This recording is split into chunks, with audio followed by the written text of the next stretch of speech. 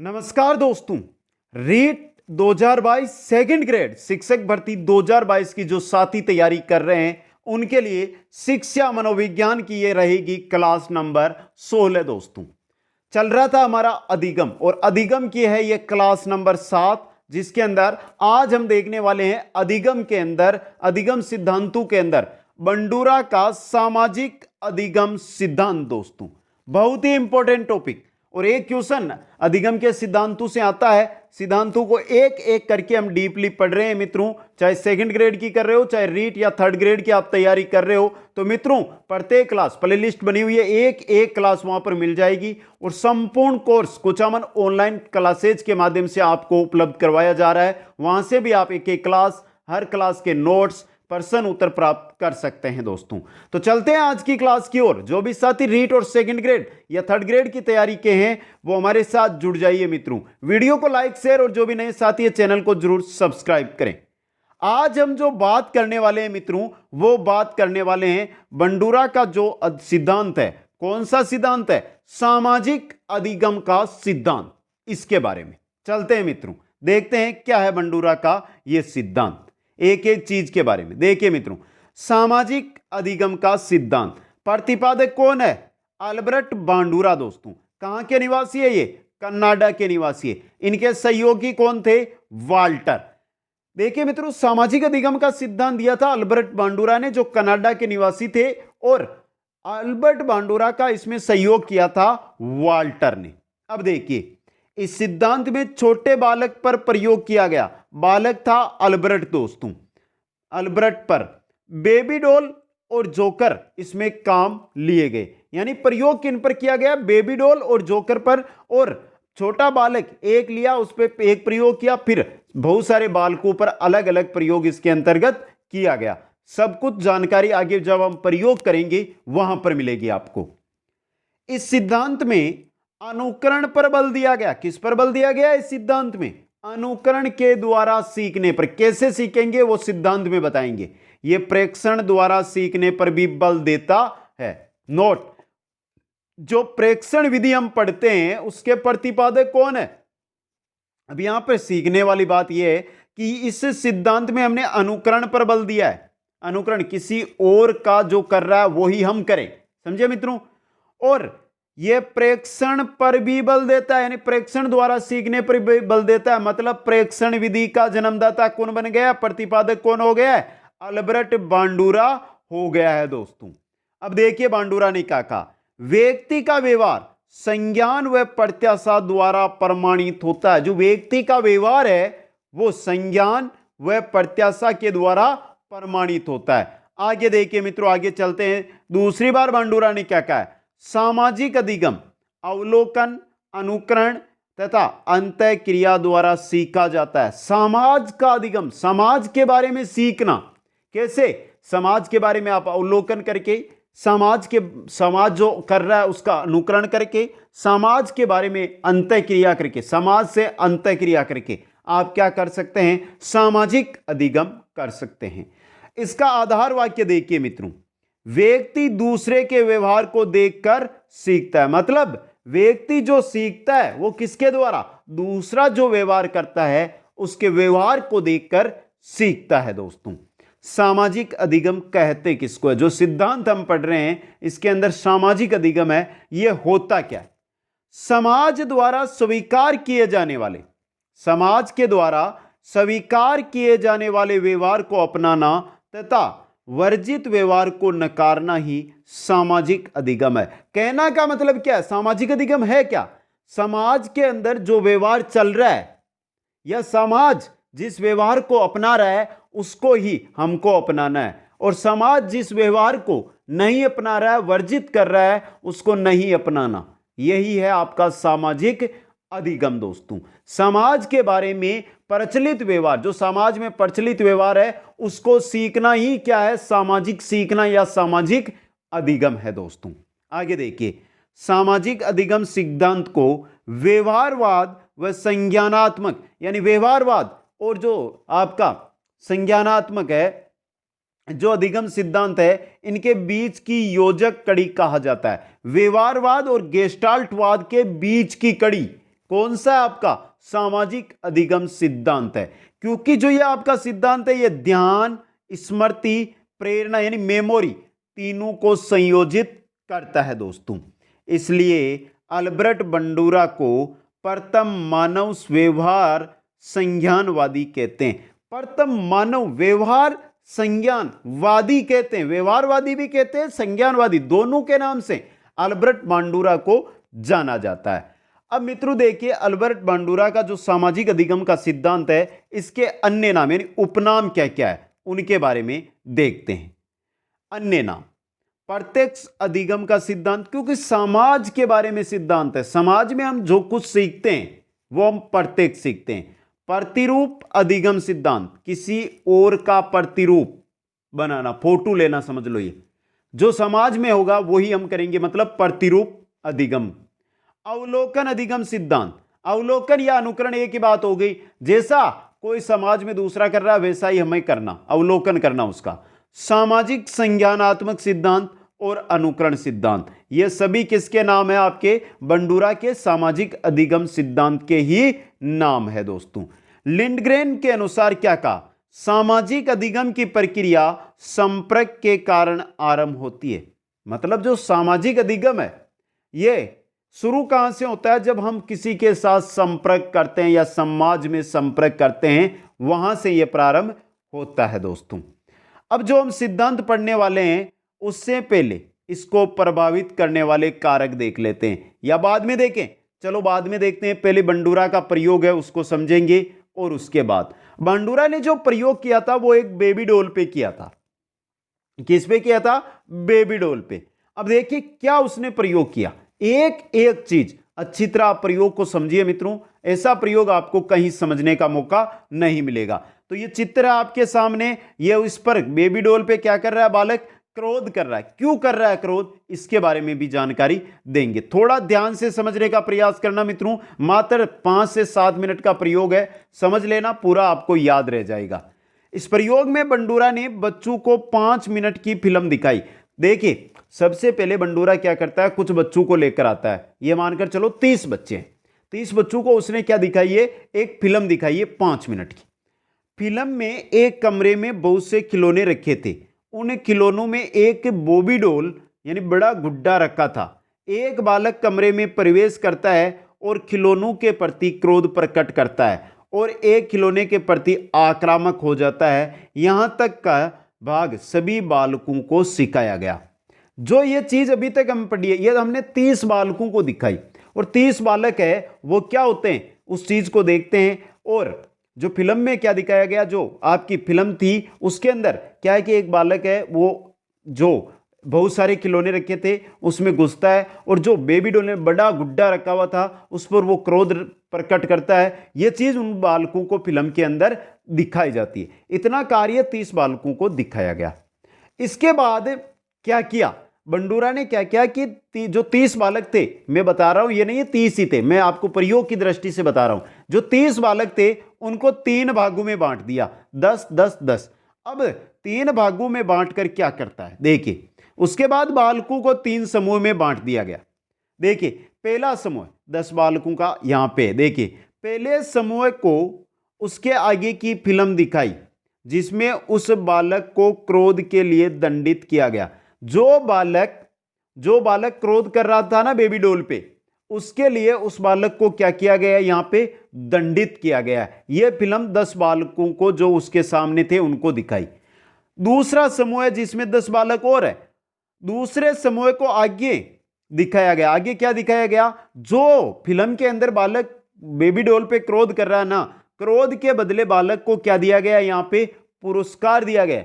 पहले 10 बालकों को तो वो चीज दिखाई गई जिसमें उस बालक को दंडित किया गया फिल्म के अंदर। दूसरे 10 बालक है उनको यह दिखाया गया कि उस बालक को बेबी डॉल पर क्रोध करने के लिए पुरस्कार दिया गया। और तीसरा जो समूह है 10 बालकों का, तीसरे समूह को दिखाया गया कि उस बालक को ना दंड मिला और ना पुरस्कार मिला। पहले 10 बालकों को जो दिखाया गया उसमें दंड मिला, दूसरे जो बालकों को दिखाया गया उसमें उस बालक को फिल्म के अंदर उस बालक को पुरस्कार मिला, और तीसरे 10 बालक थे उनको जो फिल्म में दिखाया गया उसके अंदर उस बालक को ना दंड दिया गया और ना पुरस्कार दिया गया। अब देखिए मित्रों, आगे बंडूरा क्या करता है, आगे करता है फिल्म दिखाने के बाद सभी बच्चों को खिलौनों के साथ एक कक्ष में बैठाया गया। बहुत सारे खिलौने रख दिए गए और सभी 30 के 30 बालकों को उस कमरे में छोड़ दिया गया। देखिए, और उसका निरीक्षण किया गया तो पाया कि जिन बच्चों ने खिलौनों के प्रति आक्रामक व्यवहार के प्रति पुरस्कार वाली फिल्म देखी, उन बच्चों ने खिलौनों के प्रति आक्रामकता दिखाई है। जिन बच्चों ने यह देखा, जो फिल्म 3 भागों में बांटी थी, उन्होंने, जिन बच्चों ने दूसरे में खिलौने जो आक्रामक बच्चे थे उनको पुरस्कार मिला था, तो जिन 10 बालकों ने वो पुरस्कार मिलते हुए देखा फिल्म में, वो बाद में रूम में जैसे ही घुसते हैं तो खिलौनों के प्रति वो भी क्या करते हैं, क्रोध, आक्रामक हो जाते हैं। जिन्होंने दंडित करने वाली फिल्म देखी, उन्होंने कम आक्रामकता दिखाई। जिन्होंने पहली फिल्म, जिन्हें दंडित किया गया था बालक को, ये चीज देखी ना 10 बालकों ने, उन्होंने क्या किया, जो खिलौने उनके प्रति आक्रामकता बहुत ही कम दिखाई।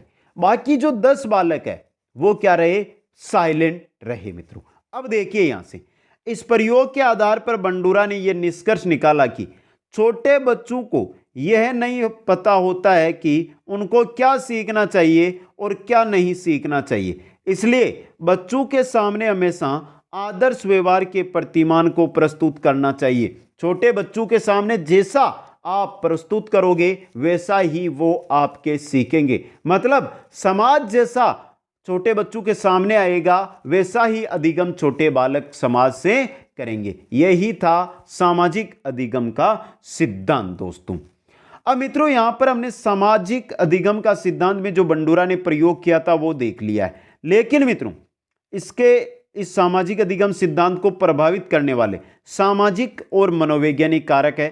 सामाजिक कारक में अवलोकन, समानता या तादात्म्यकरण, सहानुभूति, सुझाव, सहयोग, प्रतिस्पर्धा, अनुकरण, ये सामाजिक कारक है जो इसको क्या करते हैं, प्रभावित। और मनोवैज्ञानिक कारणों में रुचि, इच्छा, अभिप्रेरणा, ध्यान, चालक, अभ्यास, सामान्यीकरण, विभेदीकरण और संकेत, ये आपके जो 13 कारण है, ये सामाजिक अधिगम का जो सिद्धांत यानी समाज से सीखना है उसको क्या करते हैं, प्रभावित करते हैं। दोस्तों आगे चलिए और कुछ जानकारी लेते हैं इसके बारे में।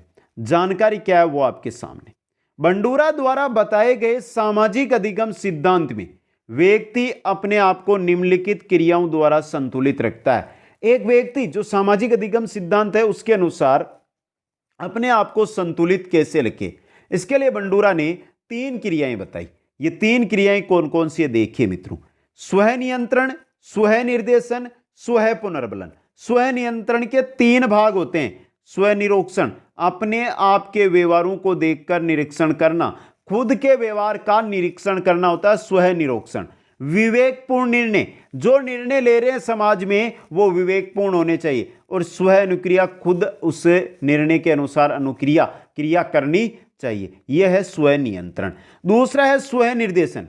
अधिगमकर्ता स्व निर्देशन द्वारा अपने व्यवहार को निर्देशित करने की प्रभावी युक्ति का प्रयोग कर सकते हैं। जो अधिगम करता है वह स्व निर्देशन के द्वारा जो खुद का व्यवहार है उसको निर्देशित करने के लिए खुद की युक्ति का प्रभावी प्रयोग कर सकता है। और स्व पुनर्बलन देखिए, नकारात्मक और सकारात्मक पुनर्बलन के द्वारा अपने व्यवहारों को निर्देशित कर सकता है। ये क्रियाएं हैं जिनसे, इन 3 क्रियाओं के द्वारा एक व्यक्ति समाज के अंदर संतुलित रह सकता है। या संतुलित अधिगम, सामाजिक अधिगम एक व्यक्ति है जो समाज से कर सकता है। मित्रों अब मित्रों, इनके बाद बंडूरा ने इस सिद्धांत में 4 पद बताए थे, तो चलते हैं उन 4 पदों की ओर। बंडूरा ने अपने सिद्धांत में 4 पद बताए। कौन कौन से हैं ये पद? पहला पद अवधान बताया, दूसरा पद बताया धारण, तीसरा बताया पुनः प्रस्तुतिकरण और चौथा बताया था पुनर्बलन। अवधान, धारण, अवधान या ध्यान, धारण करना या अवधारण, पुनः प्रस्तुतिकरण और पुनर्बलन। पहला है आपका ध्यान या अवधान। देखिए मित्रों, अधिगम विषय वस्तु जिसको सीखना है को आकर्षक व प्रभावशाली तरीके से प्रस्तुत करना ही अवधान कहलाता है। तो पहला पद क्या है? अवधान। मतलब जो चीज हमें सीखनी है या किसी को सिखानी है उसको आकर्षक और प्रभावशाली तरीके से क्या करना चाहिए, प्रस्तुत करना चाहिए। मॉडल, लोकप्रिय, रोचक या सफल जो सफलता की कहानी है वो सामने प्रस्तुत करनी चाहिए। दूसरा बताया अवधारण या धारण करना। अधिगम के लिए प्रस्तुत किए गए विषय वस्तु को कितना सीखा गया है। अधिगम के लिए जो प्रस्तुत किया है हमने, अधिगम यानी ध्यान या अवधान जो हमने प्रस्तुत किया है उससे उसने कितना ग्रहण किया है, इसका पता लगाना ही अवधारण या धारण करना है दोस्तों। तीसरा पद बताया था पुनः प्रस्तुतिकरण। देखिए, उस वस्तु का अधिगम कम प्रभावशाली हो तो अधिगम की विषय वस्तु को पुनः प्रस्तुत करना चाहिए। जैसे छात्र किसी विषय वस्तु को कम सीख पाते हैं तो उसको पुनः दोहराना चाहिए। सिखाने के लिए मॉडल, चित्र, चार्ट आदि सामग्री का क्या करना चाहिए, उपयोग करना चाहिए। होता है पुनः प्रस्तुतिकरण। यानी कि अवधान यानी धारण, अवधान के अंदर हमने क्या किया था कि आकर्षित करने के लिए अलग प्रकार से विषय वस्तु को प्रस्तुत किया था। दूसरे में किया धारण, धारण के अंदर हमने जो कुछ ग्रहण किया अब उसका हमें पता लगना है कि हमने कितना है जो ग्रहण किया है। तीसरा, अगर हमने जो हम आगे सिखा रहे हैं धारण के अंदर उसने हमें पता चला कि उसने कम किया है तो जो हमारा अवदान किया है उसको पुनः प्रस्तुत कीजिए। यहां पर हमने पुनः प्रस्तुत कर दिया है, उसके बाद मिलता है पुनर्बलन।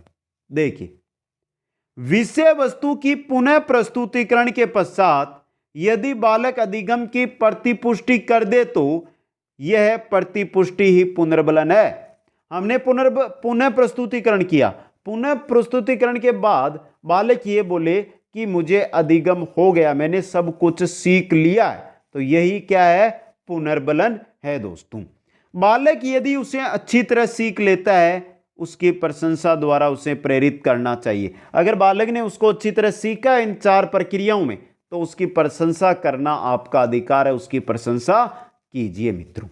ये 4 पद बताए थे, यहां से क्वेश्चन बन सकता है इंपॉर्टेंट। सामाजिक अधिगम का सिद्धांत में बंडूरा ने कितने पद बताए, सिद्धांत के कितने पद बताए, 4 पद। चारों के चारों याद रखने, ऑप्शन वाला क्वेश्चन यहां से बन सकता है। अब देखते हैं मित्रों सामाजिक अधिगम सिद्धांत का शैक्षिक महत्व क्या है मित्रों। शिक्षा में उपयोगिता।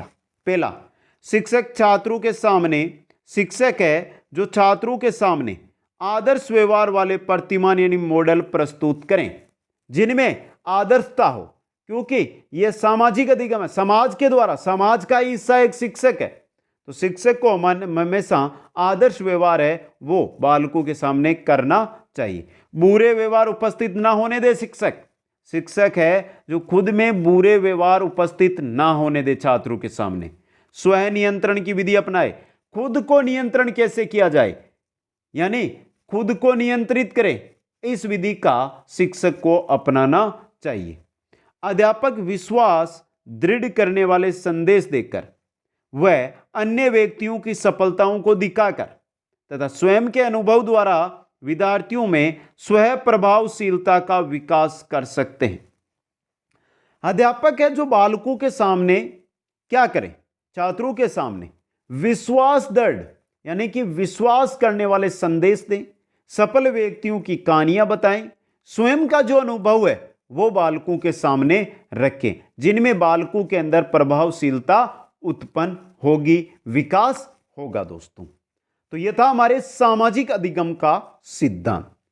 कैसी लगी आज की क्लास आपको, कमेंट करके बताएं। वीडियो को लाइक, शेयर और जो भी मेरे नए साथी है चैनल को जरूर सब्सक्राइब करें। आप सभी को बहुत बहुत धन्यवाद। जय हिंद, जय भारत।